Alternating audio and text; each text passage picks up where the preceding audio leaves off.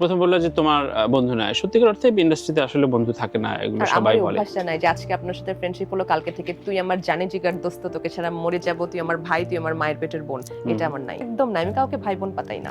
Friendship ওই অল্প থাকলেও সেটাই। আমার 2-4টা ফ্রেন্ড নিয়ে আমি হ্যাপি। আমার ওই যে ঘরে ঘরে বন্ধু পাতাতে ইচ্ছা করে না, আর ঘরে ঘরে ভাই বোন পাতাতে ইচ্ছা করে না। পোশাকি বন্ধুত্ব যেটা, কাজের বন্ধুত্ব, সম্পর্কের আমার এরকম জায়গাটা বন্ধু নাই। নাই, এবং এটা তোমার ক্যারিয়ারের কোনো সমস্যা করে না? আমার দিক থেকে তো মনে হয় করেনি।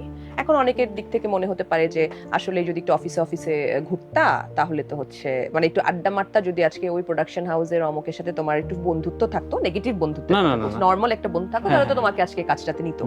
এগুলো যে আমি ওভারহিয়ার করিনি তা না, হ্যাঁ, বাট এগুলোই আমার স্কিন ঠিক এই ব্যাপার। কারণ অনেক তরুণীরা তো দেখেন, তার মানে এগুলো না করেও তো তানজিকা আমিন হওয়া যায়, এটা তো একটা বড় মোটিভেশন। তানজিকা আমিন এমন কিছু হয়নি, আপনি এটা মানে বলছেন, আমি এটা গায়ে নিচ্ছি না, কারণ আমি আসলে কিছু হতে পারিনি এখনো তানভীর ভাই। এটা আপনার ভালোবাসা থেকে আপনি আমাকে বলছেন।